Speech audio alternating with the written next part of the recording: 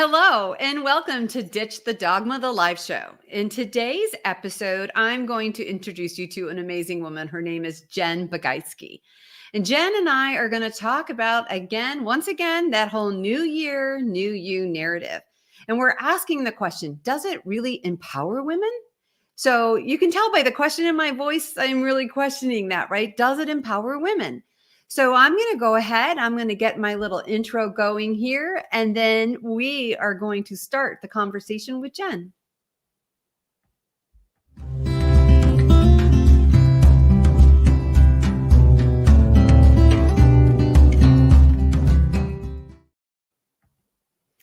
So here's a beautiful picture of Jen. So before we get started, I wanted to once again let you know that in today's episode, we are talking about the new year, new you narrative once again. Why are we talking about it? Because I think it's really important for women to have this conversation. We're told over and over again that the new year, new you narrative empowers us. But I question that. Does it really empower us? So the woman, the beautiful face you see on the screen here next to me, this beautiful photograph, is a woman. Her name is Jen Bugajsky, and Jen owns a company called the Freedom Keys. And Jen is passionate about women's empowerment and guiding women, helping them rediscover their inner power and their sensuality. In fact, Jen says that one of her superpowers is being able to help women transform from numbness to vitality.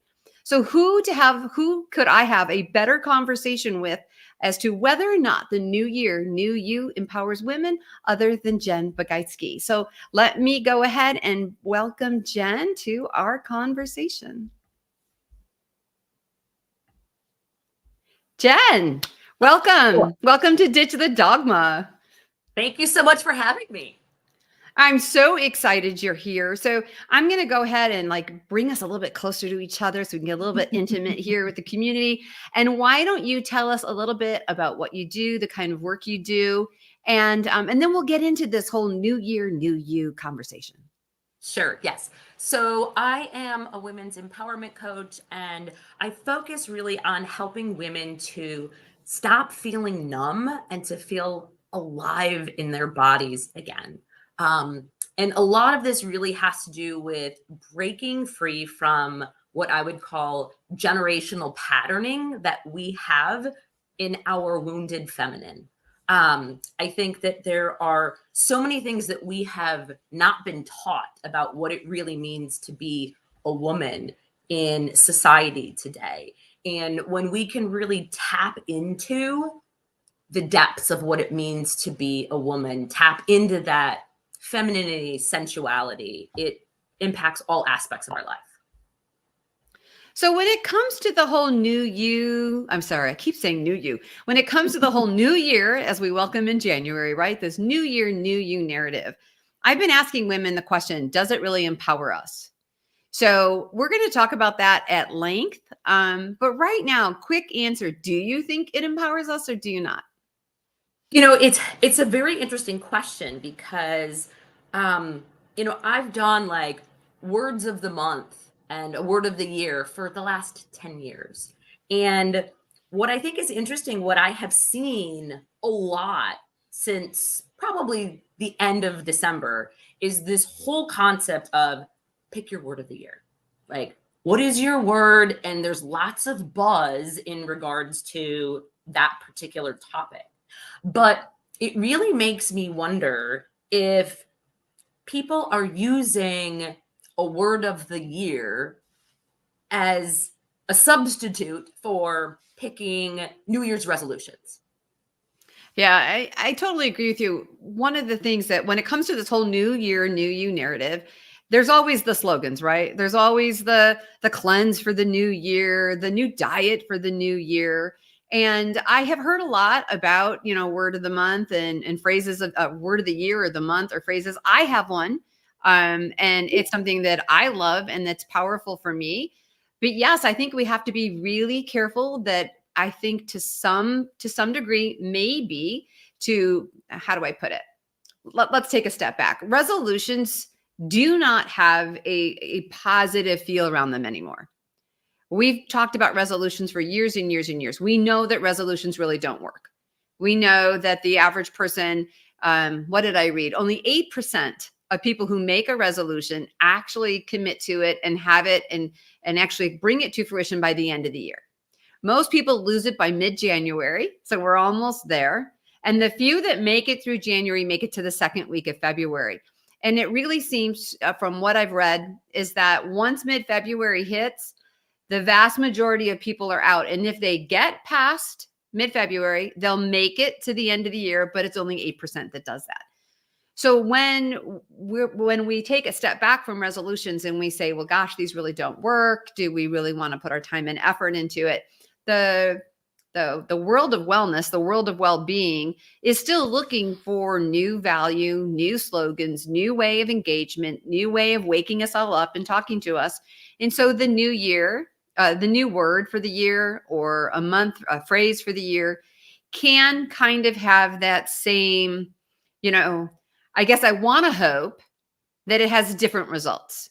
I want to believe that if I'm going to invest in my phrase for the year, mine, I really love it. I want to share it with you.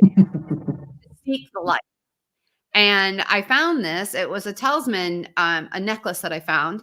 And the idea was that it's got a beautiful moth on it, and what looks like the sun. And it's this idea that moths are drawn to light. Okay. And I too, like I have to admit, I'm drawn to shiny things, right? Oh, okay, a new thing. Oh my God, this, right? Or a new wearable or a new something, right? So when I have this new word and I'm excited about it, whatever it is, this light that I'm drawn to, when a moth is drawn to the light, it eventually dies. So if you look in your house, unless your house is a lot cleaner than mine, if you look, oh, there it goes. Like, when you look up at the light, you'll see you'll see moths in there that got trapped because they were searching for the light.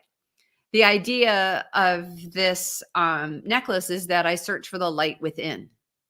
So that really lit me up. That was amazing. But can I hold on to it through all of January and through February and carry it with me for all of 2024? Yeah. Or is it going to be a beautiful necklace that I bought that I wear and then I forget about it? And I love it. I think it's a great way for people to have something to focus on. But I really do question if people continue that intentional focus throughout the entire year, right? If we think about a resolution, like if you decide and you have intentional focus on a goal, you're going to achieve it. Mm-hmm. Same thing with your word. If you have intentional focus, you're going to achieve that. But it's all about that consistent action and being focused on whatever it is, a word or a resolution. I also would love for you to talk about this idea that, the new year, the new you.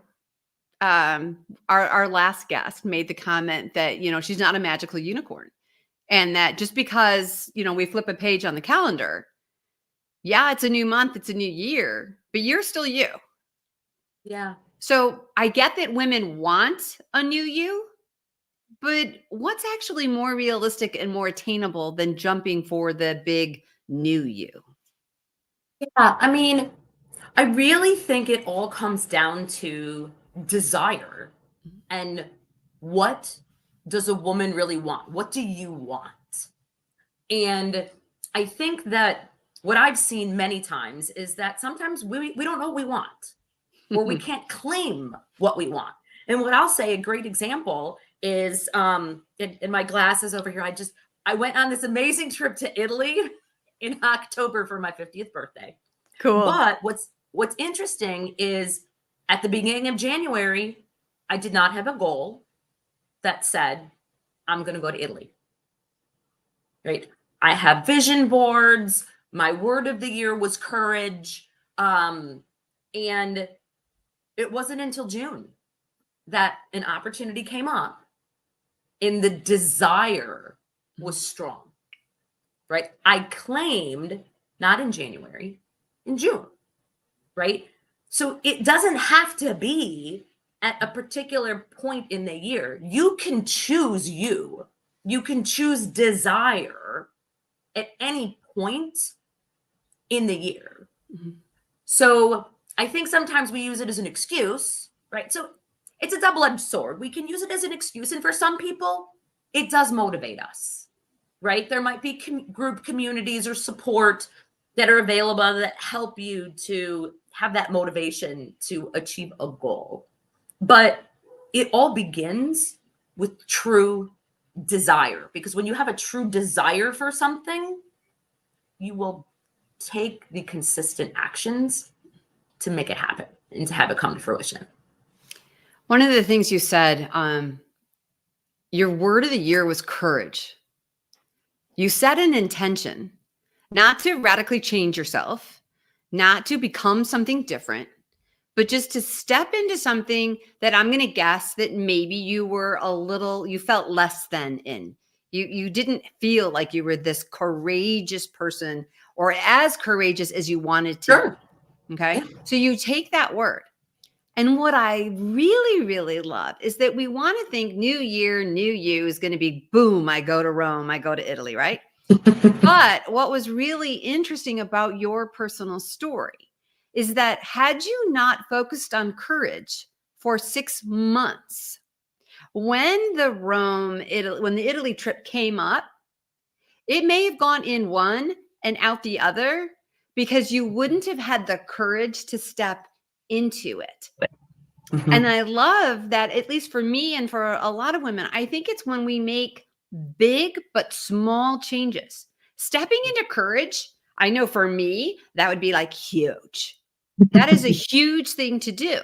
It's something that, it's hard for women to wrap their minds around it. Like, what does that mean? Like, I don't have control of this and I don't have control of that.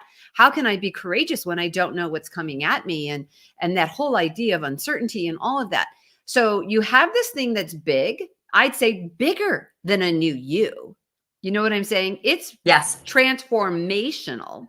You focus on Yes. that and then you're ready. So talk. Yeah. I'm sorry. I Didn't mean to like how cut you off said there. that. No, no. When you said it's transformational, it's not new year, new you. It's the transformation. And like for me, like when I think about transforming, it's about how you feel. Mhm.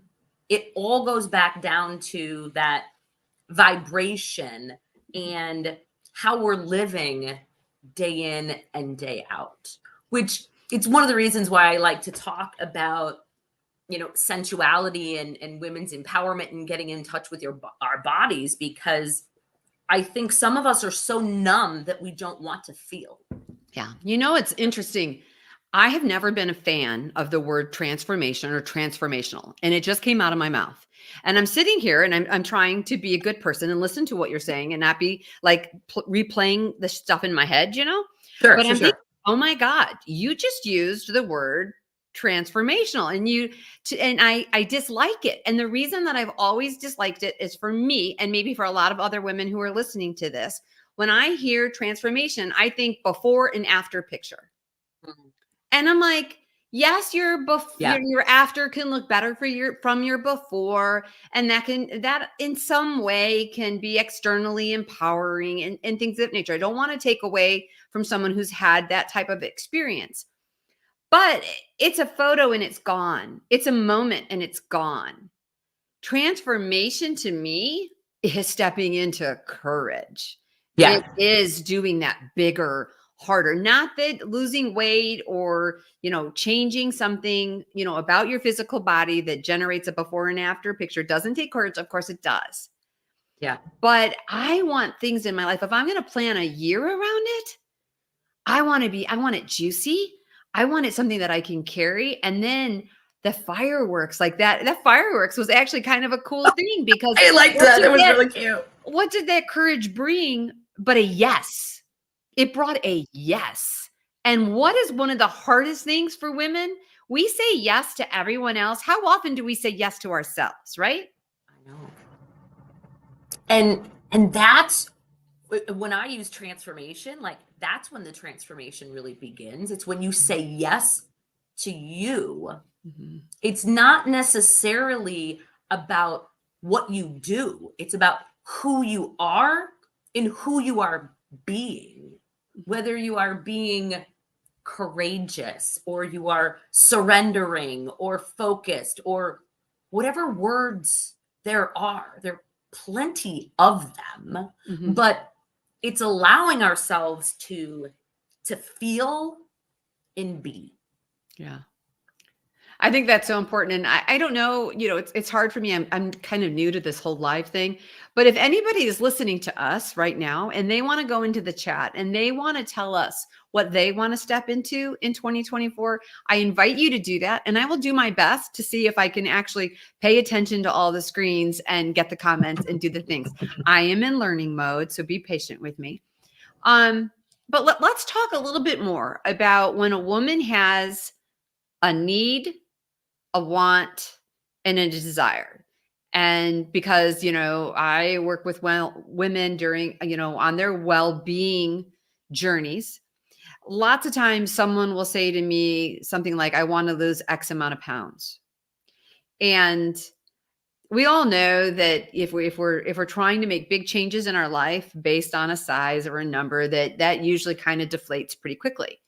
And what I try to get from women is, what is it that you're really after? Is it that productivity? Is it the energy that you want to wake up with?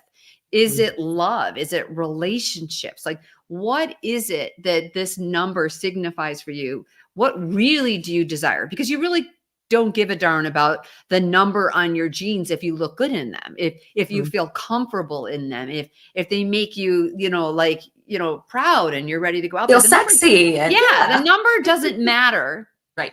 What matters is what's on the other side of the number. So can you talk about that a little bit? Yes. So what I think is interesting is I think so many of us don't know how to claim how we want to feel. Like when I talk with people, a lot of times I just hear happy. Mm-hmm. Like, what do you want this? I just want to be happy. I want to be joyful. I'm curious. Are they able to define what happy means? No. Okay. I had to ask. So here's what I find fascinating is happy and joyful are probably the two biggest, I'll call them positive words that people want to feel.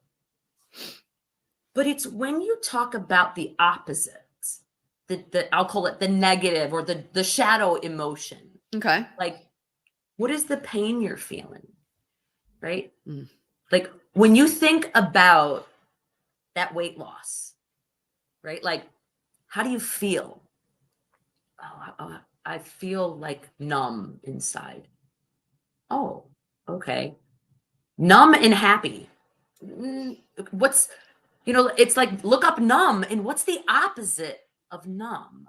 Yeah. Or, you know what? Like, I'm just really feeling, I'm sad. I feel guilty. I feel overwhelmed. Whatever those words are. One of the things that I've done for years is I do one of these intuitive, word sessions where we pick a word of the month for every month of the year. But what I do is I sit down with women and ask them what their desires are. And many times they can't say what they want. But when I back them into I'll call them shadow feelings, and they can acknowledge that, then they can flip into thinking about a word that is on the positive side. Okay. But it's only when we do that activity that they start to see. So it's interesting, they're thinking, oh, I want to lose weight or I want to make more money or whatever. I mean, there's probably the top 10 things. Right. Right. Well, it's usually health and wealth. So yeah. Health, wealth, love. You know what I mean? Those three things are what people are saying they want. But why? How do you want to feel underneath it at the end of the day? And that's what this is all about. But I think we are so afraid as humans to feel all of our feelings that we kind of numb ourselves out. I know that you have kids and I have kids, and I find it so interesting that I will say things to my kids that I don't necessarily say to myself. Okay. Like when we have that conversation where I'm like, money isn't everything. What is happiness? What is going to make you happy? It's not just having a certain amount of money in the bank. It's not about being a particular size, because, I've got 3 girls, you've got boys. I got those. I got those too. I got those too. But my 3 girls, when they were younger Yeah. and in their teen years and we're watching the Instagram stuff and I'm just like, oh my God, and they're looking at that and I'm like, that they're not happy. Yeah.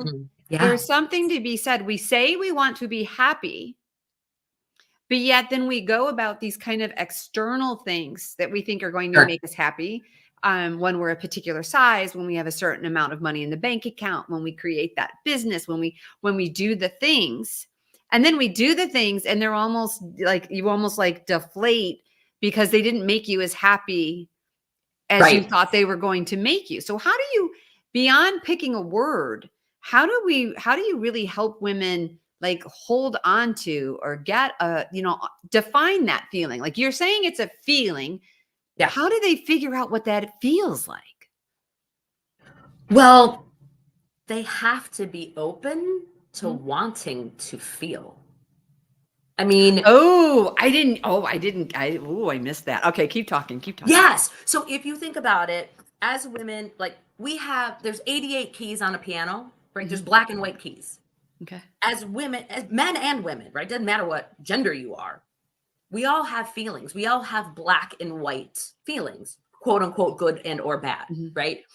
And you need to be able to experience all of them. Being human doesn't mean being happy all the time. Now, it doesn't mean you want to be sad all the time, but we need to acknowledge that sadness is a part of life. And if you think about a piano and just music, like if all you heard were the white keys, right, it would only have a certain sound. And if you only heard the black keys, it would only have a certain sound.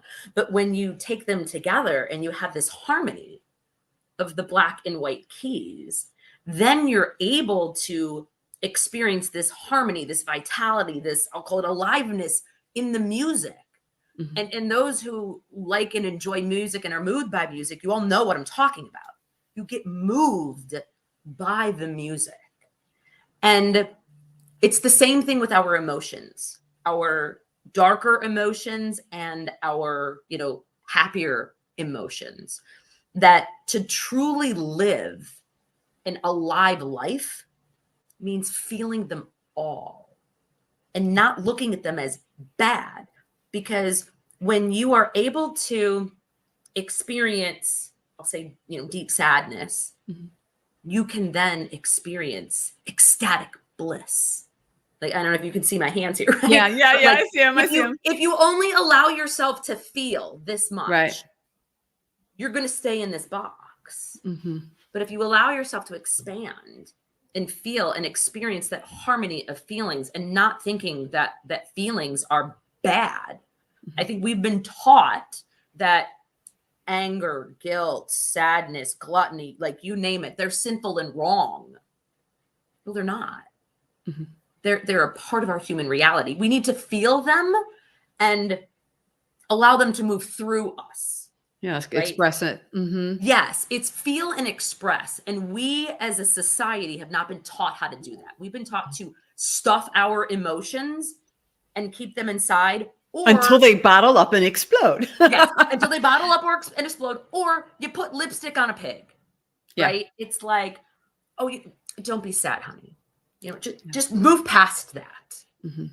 And there's a time and a place to allow yourself to put the lipstick on a pig for a moment and be in a happier place so that you can have a distraction. But you have to allow yourself to express and feel the emotions. And I think that as a society, we have done a horrible job in teaching all humans. I don't care if you're man or woman. Or a woman. Yeah, right? I totally agree with you. On how to feel, which is why I'm so passionate about this. Because feeling happy or sad, you feel it in the body. You physically feel it. And if we don't want to feel it, then we're going to put up armor. We're going to put up shields and barriers around ourselves so we don't have to feel. So it's hard for us to name words Mhm. and to really feel them. Like, so let's take the courage for an example, right? Like, how deep can you go in courage? Hmm. You can go deeper. Like, I've been doing these words for 10 years now. And when I do a word of the month, every month of the year, I recycle them, right? Because I use a deck. So there's the same, Okay. 52 words or whatever that come up. But when I get the same word, 2, 3 years in a row, I'm able to look at that word in more depth. Mhm. And it's like, oh, isn't that kind of cool? Rather than just picking a new fancy word for the year. Right. I intuitively allow spirit to bring a word to me so that I can then embody that word and spiritually learn Mhm. lessons in deeper levels for what that is. And it doesn't just impact one area of my life, Yeah. right? It's going to impact all areas because it's how I'm going to show up Well, our as lived who I am. experience, right? Yeah. That whole new year, new you. What if it was, I guess we can say with the year, because it is a new year, right? Sure. But it's Yes. a different you. It's a more expanded, Yeah. our lived experiences and expressions come with us from year to year. So the word Right. courage in 2019, Jen, Mhm. is not the same word courage to Correct. 2023, Jen. Right. Wouldn't you agree? Absolutely. And I'd also go so far. It's interesting. I had a conversation today with a spiritual coach, kind of about this. Isn't it weird how the universe I just knock, know. knock, knock, knock, I knock, knock. know. Hey, Polly, you didn't get Seriously. that lesson. Now you're going to have it again with Jen Bugajsky, right?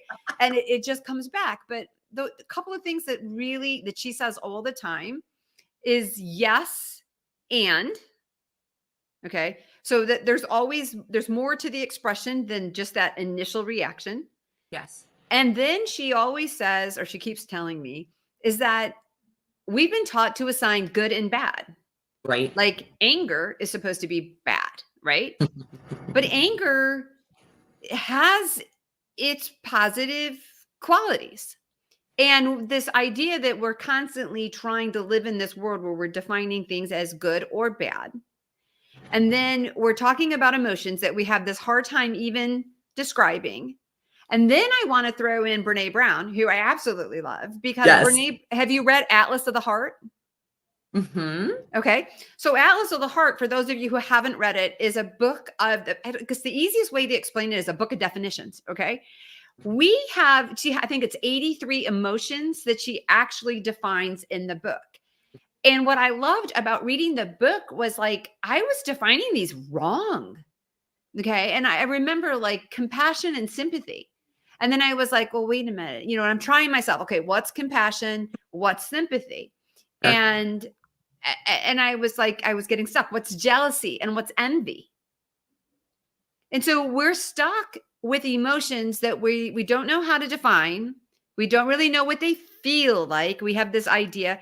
I mean, there's so much bottled up in this. And I just love this conversation. So thank you for Yeah. bringing this all up. So when we get back to the new year, new you, and this idea that we want to look at desires more than, certain needs are needs. You got to have a roof over your head. There's certain things that, they trump all of the other stuff, right?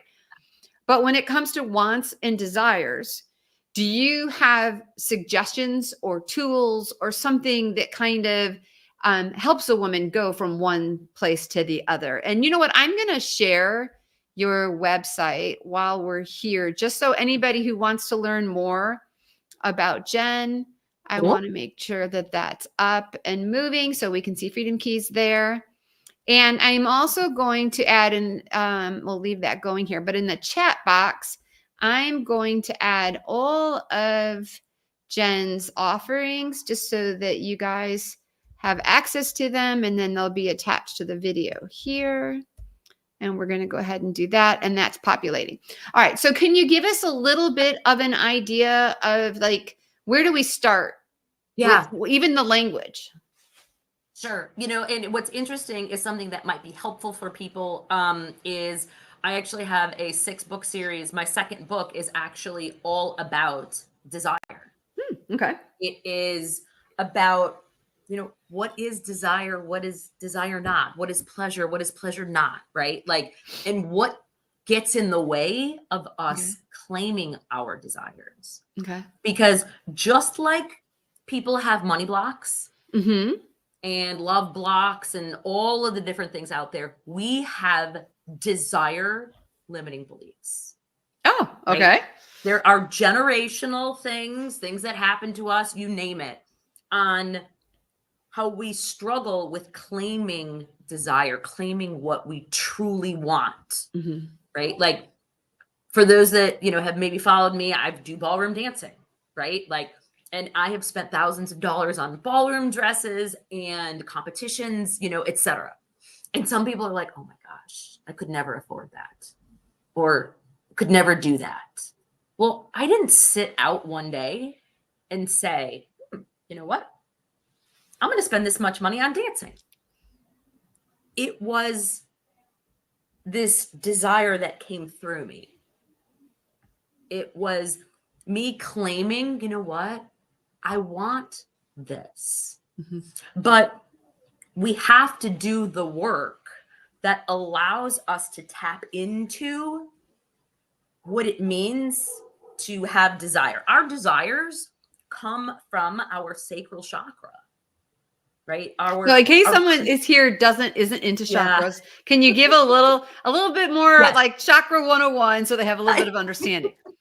Yeah, chakra 101. So we've got 7 different energy centers in our body, and each one has a different purpose. And there is one area that is really right around, I'll call it your below your belly button, your womb space area, Mm-hmm. which is your life force energy, your creative energy, your sexual energy. This is where our desire actually comes from. And if that energy is blocked and stuck, it's hard to claim desire. Mm-hmm. So this is why I think so many women get stuck in claiming what they want, because the energy is clogged. I like to explain to people that, like, energy being clogged is almost kind of like having a stuffed toilet, right? Like, or a clogged toilet, right? Yeah. If you have stuff in your toilet, it's not gonna flow, right? Mm-hmm. You have to flush it and clean it out, and then it's going to work. And our bodies are the same way. Yeah. We hold, I'll call it negative, energies that get stuck in our body. But no one's ever taught us this. We can't see it. Mm-hmm. It's hard to feel. I mean, Mm-hmm. when you are more evolved and you start to learn how to feel energy and that type of thing, it makes it easier. But you still have to, just because you can't see it doesn't mean it's not there.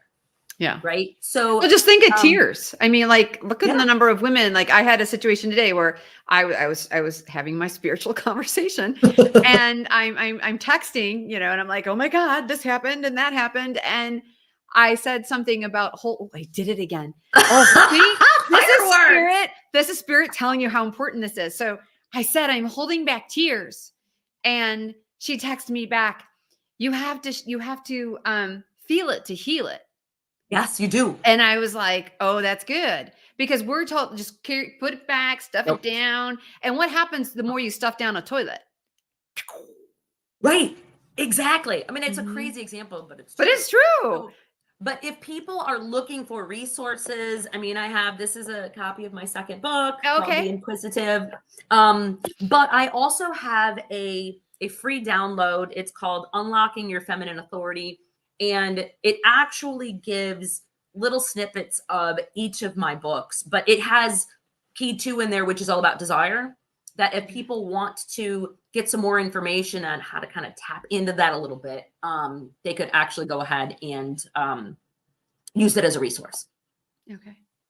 So I'm just curious. I didn't ask you for this, so if I'm throwing you here a little bit of a curve, that's okay. It's just we'll work on it. Sure. But I think it's fun if we can leave somebody with self-awareness is really what you're talking about. And I think whether we want to be healthier, whether we want to have better relationships, better intimacy, better anything, it starts with a little self-discovery and then a little courage to step into that self-awareness piece. So when you're working with somebody who's new and they're like trying to figure out if this is the kind of work that they would want to do, how do you invite them, in the privacy of their own home, to get a little taste of that, what self-discovery can reveal and what self-awareness can really teach us? Because we don't necessarily learn in the discovery part. We learn in, like you said, and like the woman I was talking to today when she said you feel it. So is there any breathing practice? Is there anything? Is there a book? Is there something? I know you got your books, but is there something tangible, like something we could talk about today, right now, that could be a little tool for stepping into your awareness? Like, how do you presence yourself? And is there a practice that you have for presencing? Yeah, I have a lot of tools that I use, but there's a handful that are my favorites. Okay. I mean, one of my favorites is chakra dance, but Okay. I can't teach chakra dance right here.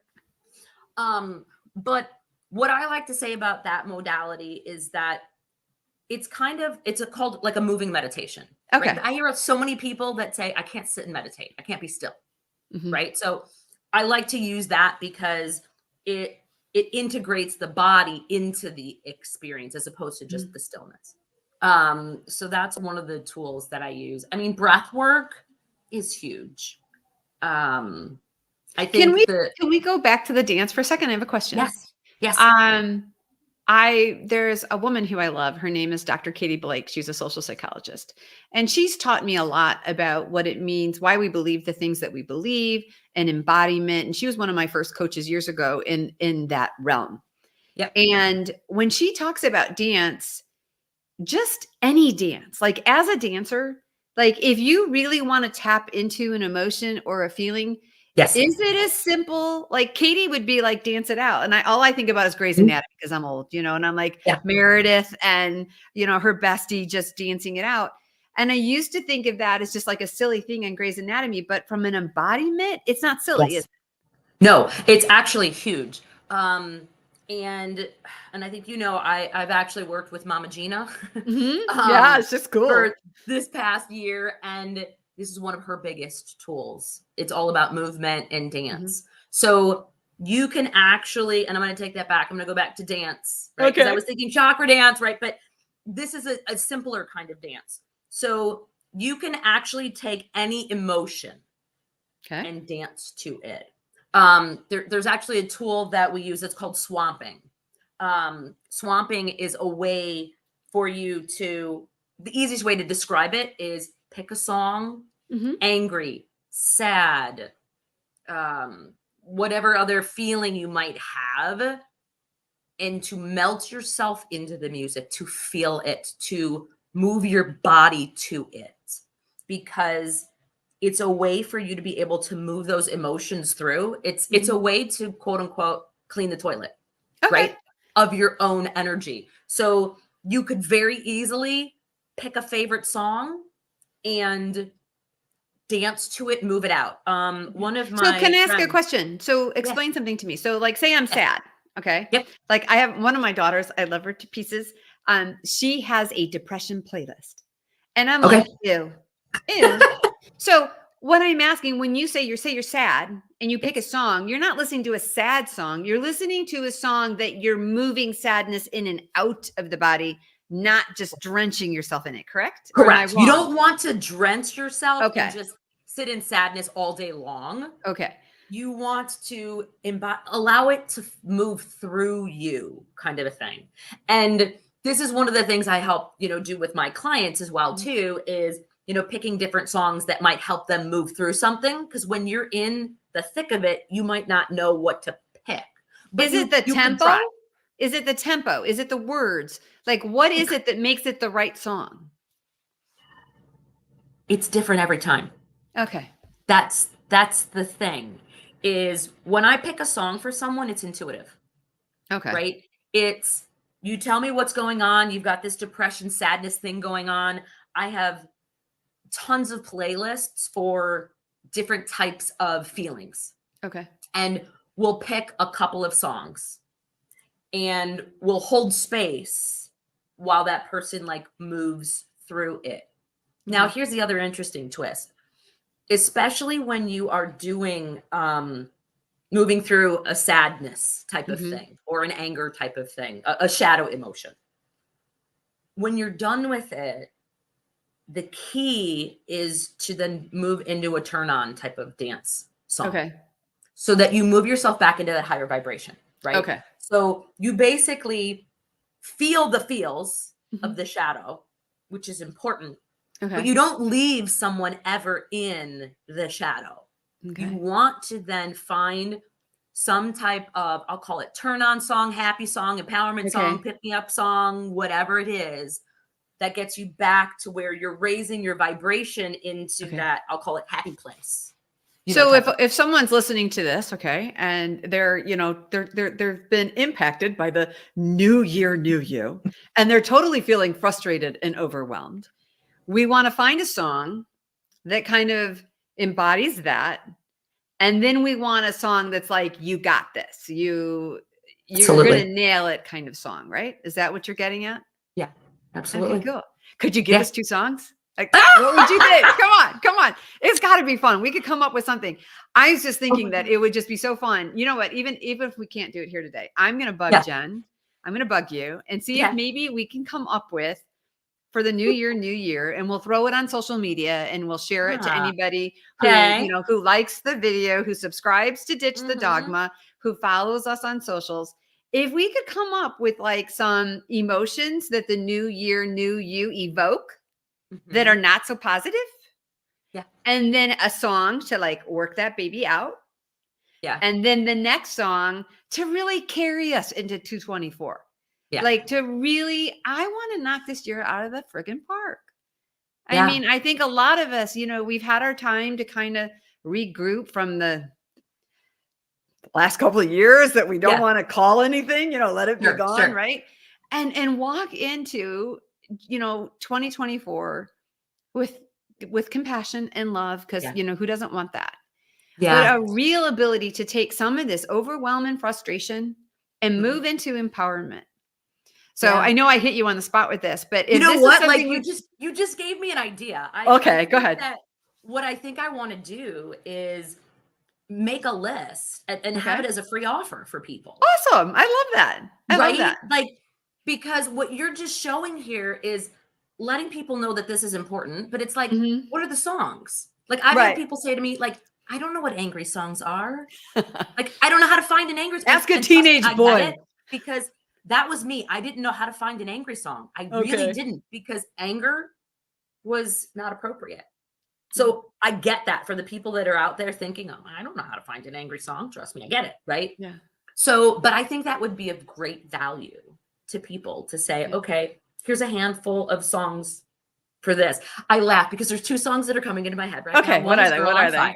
Okay. Right? That's the positive. We're ready to go. Yeah. Fire, love it. And I laugh because there's another song that you could have it almost be somewhat angry, but also positive as well too. It's the song Bitch by Meredith Brooks. I don't think I know that one. So it's the song that says, I'm a bitch, I'm a lover, I'm a child. I'm a mother, okay, I I'm do a know singer, it. Okay, I'm okay. a saint. I do not feel ashamed. We're all the things. Right. Yeah. So it's interesting, but I've listened to it in both ways. Ooh. Because when there are times when I was just feeling like I didn't want to be a bitch, right? Like, how many of us out there like, I don't want to be the bitch. I don't want to be the bad person, whatever. That like, there were times where I listened to it to like feel the negative feels. And then there were times where I've listened to it as I've got this. I got both sides of it. Right. So that's where it's like, and that's what whole is, right? That's what whole is. Right. Both. Exactly. Both it's there we go. Full, which is why I love that song as an example, because you can use it for both. It just depends on where you're at and what you're moving through. Yeah. in the moment. So I love this. Now I'm inspired to Okay, put this cool. together. I gotta say, I know we're running on I 45 know. minutes here and we're running long, but I just want to thank you for coming on and having this amazing conversation with us. I'm going to go ahead and hit your website one more time so people can see it while I close up here. This is what Ditch the Dogma is all about. And this series that I'm doing right now, this new year, new you narrative, is inviting amazing women like Jen to come on and to talk to us. These are coaches that have great offerings. They're authors like Jen here. They have programs. They have amazing things that you can go and check out. But they're also about helping you empower yourself. And they don't want to necessarily come in and take over your life and tell you that they have all the answers for you. They know that the answers that you need are the answers that are already within you.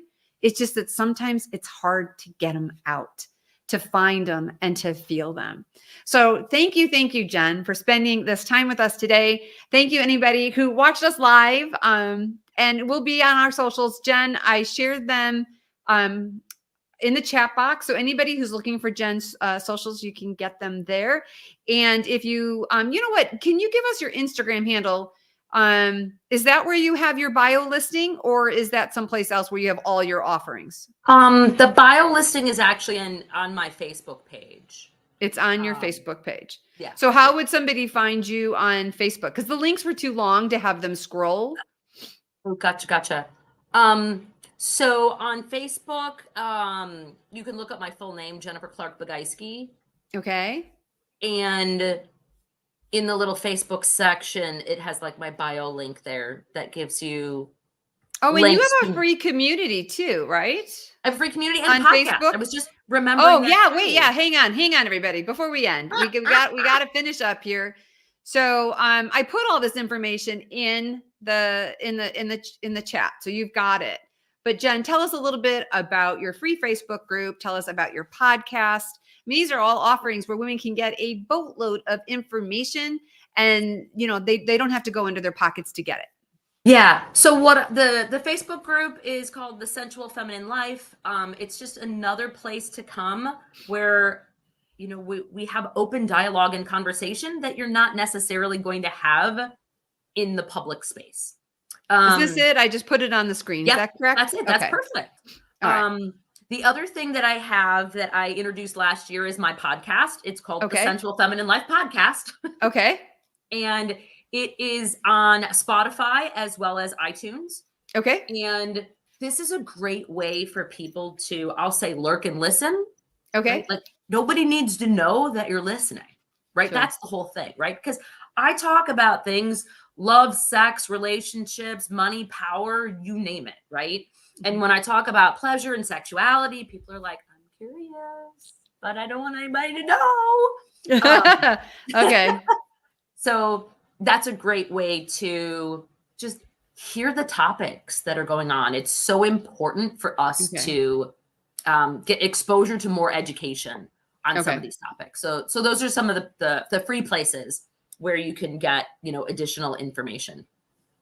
Here's the Freedom Keys on Instagram. Yes. So a lot of these, you don't really need the links. If you can remember the names, you're good. And your book series, where would they find that, Jen? There's a link that's in the bio link. The bio link, or I think I have that. Let me grab it really quick and I will put it up. It's just, I don't know that everyone's going to be able to you can't click on the screen and go to it. Yeah, no, but I will make sure that they're all in the show notes. Okay. So anyone who is watching today, just know that you can go to the show notes and you'll get it. And then here's the bio site for Jen. So you just go to bio.site, Jen Bugajsky, and then you'll have everything you want. That's Jen galore. So Jen, thank you so much for being with us. Please, everybody, like and subscribe to Ditch the Dogma. It's a brand new channel, and it is something that I'm really excited about, and I think something that women really need. I know I need it. So thank you for being with us, Jen, and I'm going to go ahead and remove this. Any last words before we say goodbye? Thank you for having me. This has been amazing. I'm happy to be here. And I think this is a great conversation that you're continuing to have by bringing more guests on and providing more education for people on this topic and this narrative. And I hope you'll come back and talk with us on Ditch the Dogma a whole bunch of times. Of course. I have lots of topics that would be fun to talk about. Wonderful. Right, I'm so excited. All right. Thank you, everybody.